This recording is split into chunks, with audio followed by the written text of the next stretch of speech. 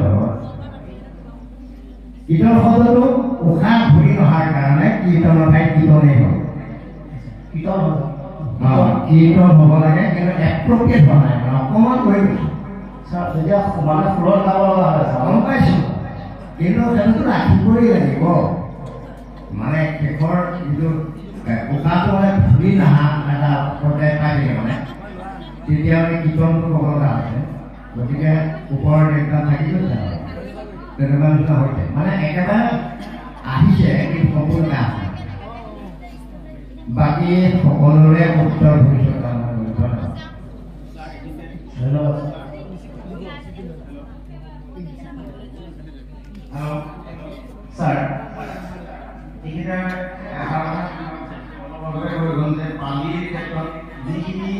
আৰম্ভণিৰ বা ধৰাৰ ক্ষেত্ৰত অকণমান খেলি মেলি বা আৰম্ভণিটো পালি সেইখিনি অকণমান কোনখিনি কেনেকৈ হৈছে সেইখিনি অকণমান বুজাই দিব।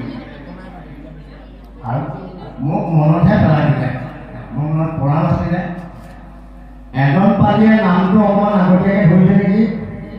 নাইকিয়া নহয় নহয় নহয়, ঠিক আছে, সেইটো নহয়।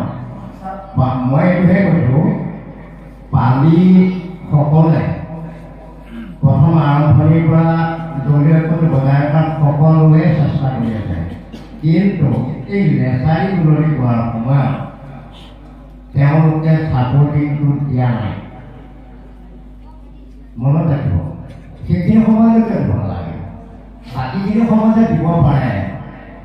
দলীয়কৈ বজাই ৰখাৰ চেষ্টা কৰি আছে, সেইখিনি সময় কি নালাগে। তেওঁ কি কৰিছে, দলৈ বা লেচাৰীয়ে কি কৰিছে, সেই চাপৰ্টটো ইজনে সিজনৰ লগত লাগিব নালাগে। কিন্তু এনেকৈ নমস্কাৰকৈ গৈ থাকিলে নহ'ব না। কথাটো বুজি পাইছেনে? অপেনিংটো এনে দলীয়টো লাগিবই। মানুহ আকৌ সেইখন সময়ত কিয় কৰিছে, পালিসকলৰ কথাটো নকওঁ, নামতে ঠিকে কথাটো বুজি পাইছেনে? গতিকে এতিয়া আজি আজি আমি পাইছোঁ বা লেচাৰী বা ঘূৰি থাকোঁতে যে পালিসকলে যিটো সহযোগ কৰিব লাগে কোনো নাছিল, কৰিব লাগিব। হয়, আজি আপুনি কৈছে যে আমি অপেনিংটো এণ্ডিং নহয়, আৰম্ভণিটো কিন্তু লাষ্টলৈকে দিছোঁ। যিটো আমাৰ যিটোহে মানুহ। আচ্ছা, কথা হ'ল কি, আজি সেইদিনাখন চবতকৈ মানুহে ভাল পালে, আজি কিন্তু সকলোতকৈ মানুহ বেয়া ভাল লাগিলেও ভাল পালে। গীতৰ দেই নাই হোৱা মই নামটো ভালকৈ কৈছোঁ দেই। ছাৰ ছাৰ আপোনাৰ শাৰদীয় বতৰ ঠাণ্ডাটো বেছি হৈছে, তথাপি কষ্ট কৰি বজাইছোঁ আৰু আপোনাৰ টোপনি খতিয়ে পায়। হয়, কৃষ্ণ এই খিনমিন মানুহজনে কোৱাহে ভাল লাগে, খিনমিন মানুহজনে কয় যদি শুনি ভাল লাগে, সেইটো কথা আমি নাপাওঁ। ঠিক আছে, থেংক ইউ, ধন্যবাদ। কৃষ্ণ কৃষ্ণ, মই আপোনালোকৰ পৰা এটা কথা জানিব বিচাৰোঁ। আমি যেতিয়া আসনত বহিবলৈ যাওঁতে আমি শোৱাটোতো পেলাই বহিব লাগে নে বাওঁটো পেলাই বহিব লাগে? ছাৰ এইটো বাওঁ ছাইডটো পেলাই কৰিব লাগে, কাৰণ আমি ছাৰ বাওঁ ছাইডটো সদায় আমাৰ প্ৰকৃতি তুলনা প্ৰকৃতি গুণৰ সেই প্ৰকৃতিক সদায় আমি তল ৰাখি আবদ্ধ কৰি হওক বুলি হৰিণা যি মায়া, সেই মায়াক আমি আবদ্ধ কৰি আমি হৰিনাম মই কথাটো আকৌ ক'ব লগা। কথাটো হ'ল আমি প্ৰকৃতি সঁচা, কিন্তু আসনে বসনে বাক্য বচনে জানো আমি প্ৰকৃতিৰ স্বৰূপা হৈছোঁ নাই? প্ৰকৃতিৰ স্বৰূপা হ'ব লাগিব। প্ৰকৃতিৰ স্বৰূপা হ'লে বেলেগ কথা, কিন্তু পুৰুষসকলে সদায় যদিও প্ৰকৃতি, ভকতসকল প্ৰকৃতিয়ে যদিও প্ৰকৃতি, পুৰুষসকলে সদায় কোনটোৱে ব্যৱহাৰ কৰিব লাগে, মহিলাসকলে বাওঁ।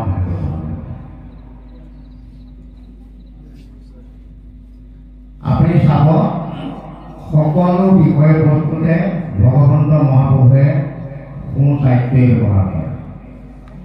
সুদৰ্শন চক্ৰ, আঁঠুৰ থোৰ, চুৰিয়াৰ থোৰ, সকলোতেই সোঁ, সকলোতেই সোঁ চাইড। বিষয়খিনি আমি সমৰ্থন অঞ্চললৈ আগবঢ়াইছোঁ।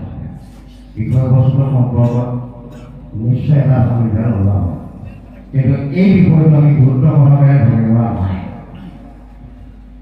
কাৰণ ইয়াৰ মাজত কণ্ট্ৰভাৰ্চিয়েল কিছুমান কথা আহি আছে। শাস্ত্ৰমতে কিছুমান বিষয়বস্তু চাবলৈ গ'লে প্ৰকৃতি হ'লে প্ৰকৃতিৰ স্বৰূপা হ'ব লাগিব, তাৰ ভিতৰত কিন্তু গামোচাখনো পৰে ভগৱতী বস্তু। ছাৰ, এইখিনিতে মই ক'ব বিচাৰিছোঁ, বিশেষকৈ আমি গুৰু ঘৰলৈ যাওঁতে গুৰুৱে যেতিয়া আমাক দীক্ষা দিয়ে, তেতিয়া আমাক কিন্তু বাওঁ উৰুটো পেলাই বহাৰে আমাক আগে দিছিল। যিহেতু আমি সকলোৱে প্ৰকৃতি হিচাপে আমি ভগৱানক আৰাধনা কৰিব আহিছোঁ। ইয়াত পুৰুষ মহিলা কথাটো নাহে, সকলো প্ৰকৃতি এজনেই পুৰুষ, সেইজনে পৰম পুৰুষ শ্ৰীকৃষ্ণ বুলি আমি গম পাওঁ। সেইকাৰণে ইয়াত পুৰুষে যে এইফালে দিব লাগিব বা মহিলাই যে ইফালে দিব লাগিব, কিন্তু সকলো আমি পুৰুষে প্ৰকৃতিয়ে কেৱল এজনেই পুৰুষ বুলি আমি ভাবোঁ। এই কথাটো আমি গুৰু ঘৰলৈ যাওঁতে আমাক এইটোৱে কৈছে যে আমি সদায় বাওঁ পুৰুষটো পেলাইহে আসনত বহিব লাগে। আপুনি একৰ্ডিংটো শাস্ত্ৰ যাওক, আমি এই বিষয়বস্তুবিলাক একৰ্ডিংটো শাস্ত্ৰ গৈ আছোঁ।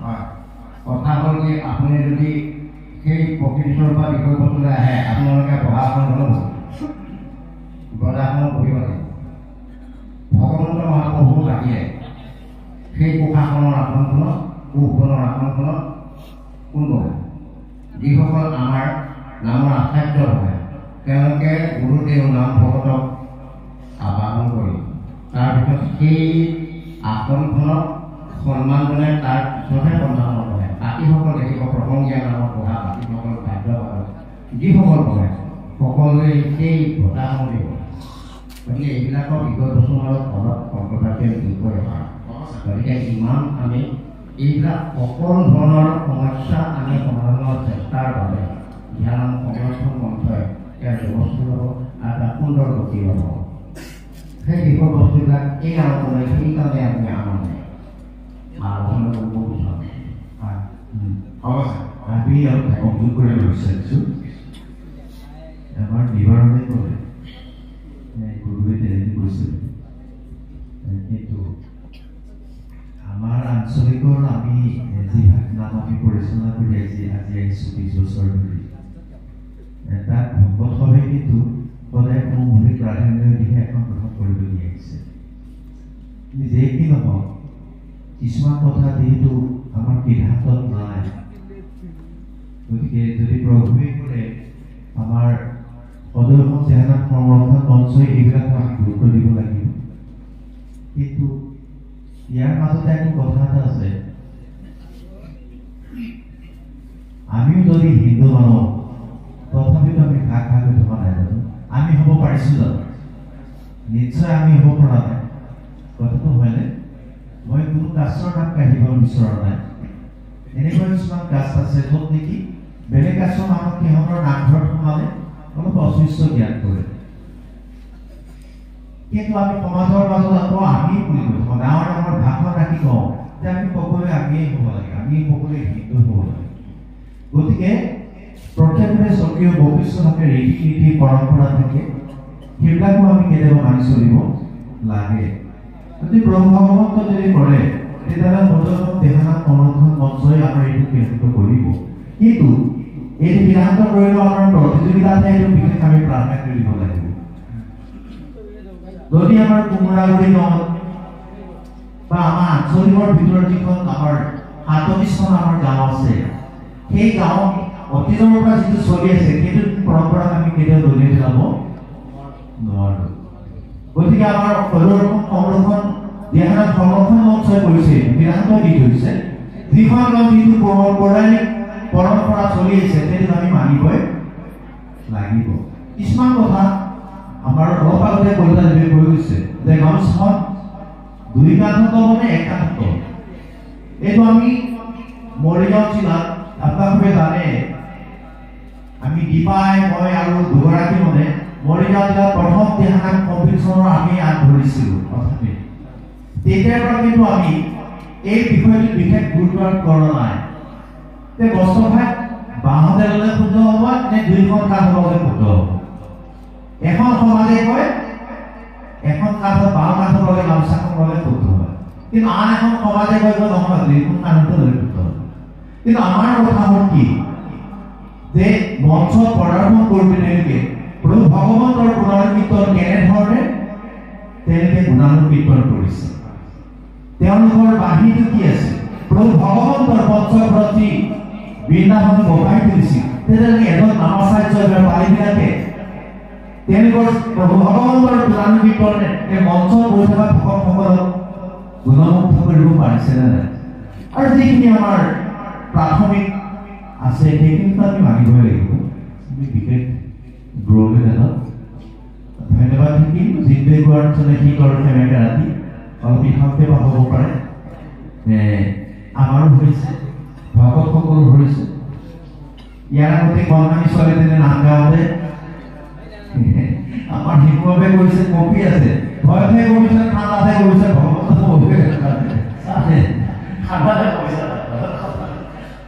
ধন্যবাদ ঠিকি আমি এই চেগতে আমাৰ উপস্থিত থকা বৈকুণ্ঠৰ মূৰৰ ভকত বৰজোৰা সকলোকে ধন্যবাদ আমাৰ লগত ইমান সময় মই ভাবিছিলোঁ পিছলৈ চালে কোনো নাই কিন্তু আছে আমাৰ পিছত বহুতো খেলানি আছে অশেষ ধন্যবাদ থাকি নিশ্চয় আৰু আমাৰ বেছি নাই মানে আমি সেই প্ৰতিযোগিতাৰ মতে আগবাঢ়ি গৈছোঁ ধন্যবাদ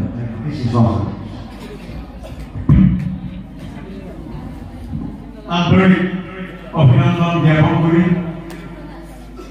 কোমৰাগুৰি পাঞ্চলিন নামদল মঞ্চৰ পৰা বিদায় দিছোঁ।